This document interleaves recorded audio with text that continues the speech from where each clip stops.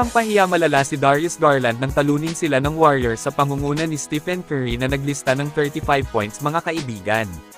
Sa kanyang nagdaang interview kasi bago ang laban kontra GSW, ay sinabi niyang excited na daw po siyang makalaban si Steph Curry na kabilang sa top 75 player.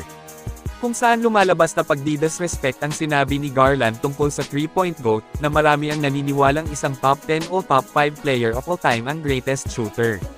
Parang minaliit ng Clippers point guard si Curry kasi ang baba ng tingin niya sa 4-time NBA champion. Kaya naman sa win or go home play-in game nila ay naghalimaw si Steph na gaya ng palaging sinasabi ng iba na masama magalit ang GOAT shooter, hindi pwede na maliitin kasi pahiya malala talaga ang aabutin sa kanya. Hindi pwede ang yabang kay Curry kagaya kay Darius Garland kaya ayun durog ang team nila. Kayo mga kaibigan ano ang masasabi nyo sa pagdidisrespect ni Garland kay Steph? Mag-comment lang. Ngayon ay dito naman tayo sa kahanga-hanga na performance na ipinamalas ng isang 39-year-old big man ng Warriors na si Al Horford. Kung saan dahil sa mainit na shooting niya sa fourth quarter kaya nagawa nilang makalamang at makuha ang panalo sa huli laban sa Clippers. Ibang klase bumitaw ng three si Al Horford, ang bilis, isang matinik na catch and shoot shooter po siya, parang Klay Thompson lang naman.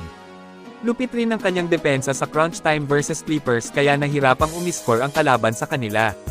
Lumulutang ang pagiging champion ni Horford, relax lang siya, sanay na kasi sa playoffs, walang kahit na punting kaba sa dibdib. Ito panoorin po natin ulit hanggang dulo ang ginawa niya sa laban kontra LA Clippers, mamaw talaga siya.